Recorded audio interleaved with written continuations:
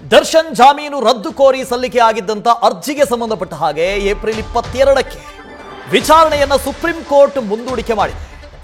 ನಿನ್ನೆ ಸರ್ಕಾರದ ಪರ ವಕೀಲರು ಅರ್ಜಿಯ ಬಗ್ಗೆ ಪ್ರಸ್ತಾಪ ಮಾಡಿದರು. ಇವತ್ತು ಪ್ರಸ್ತಾಪಿಸುವಂತೆ ನಿನ್ನೆ ನ್ಯಾಯಮೂರ್ತಿಗಳು ಸೂಚನೆಯನ್ನು ಕೊಟ್ಟಿದ್ದರು. ಇವತ್ತು ಏಪ್ರಿಲ್ 22ಕ್ಕೆ ಅರ್ಜಿಯ ವಿಚಾರಣೆಯನ್ನ ಮುಂದೂಡಿಕೆ ಮಾಡಲಾಗಿದೆ. ಇದಕ್ಕೂ ಮುನ್ನ 3 ಬಾರಿ ಅರ್ಜಿ ವಿಚಾರಣೆಯನ್ನ ಮುಂದೂಡಿಕೆ ಮಾಡಲಾಗಿದೆ. ಪೀಠದ ಸದಸ್ಯರು ಪದೇ ಪದೇ ಬದಲಾಗ್ತಾ ಇದ್ದಾರೆ. ಈ ಹಿನ್ನೆಲೆಯಲ್ಲಿ ಮತ್ತೆ ಅರ್ಜಿ ವಿಚಾರಣೆ ಮುಂದೂಡಿಕೆ ಆಗ್ತಾ ಇದೆ.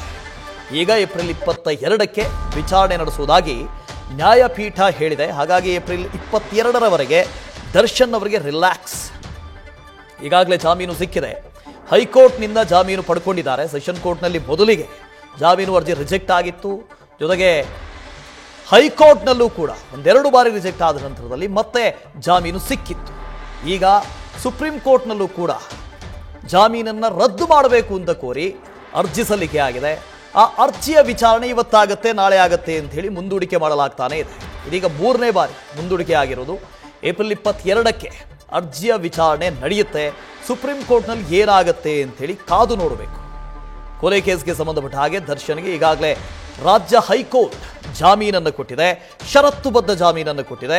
ಜೊತೆಗೆ 1-2 ಬಾರಿ ರಿಲ್ಯಾಕ್ಸೇಷನ್ ಅನ್ನು ಕೂಡ ಪಡ್ಕೊಂಡಿದ್ರು. ಒಂದಷ್ಟು ಷರತ್ತುಗಳನ್ನು ಸಡಿಲಿಕೆ ಮಾಡಿಕೊಂಡಿದ್ರು.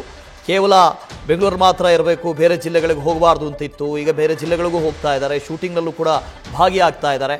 ಜೊತೆಗೆ ಈಗ ಸುಪ್ರೀಂ ಕೋರ್ಟ್ನಲ್ಲಿ ಜಾಮೀನನ್ನು ರದ್ದು ಮಾಡಬೇಕು ಅಂತ ಕೋರಿ ಒಂದು ಅರ್ಜಿಯೂ ಕೂಡ ಹೋಗಿದೆ. 22ಕ್ಕೆ ಈ ಅರ್ಜಿಯ ವಿಚಾರಣೆ ನಡೆಯುತ್ತೆ. ನ್ಯೂಸ್ ಫಸ್ಟ್ ನಿರ್ಭೀತಿಯಿಂದ ನಿಮ್ಮ ಪರವಾಗಿ.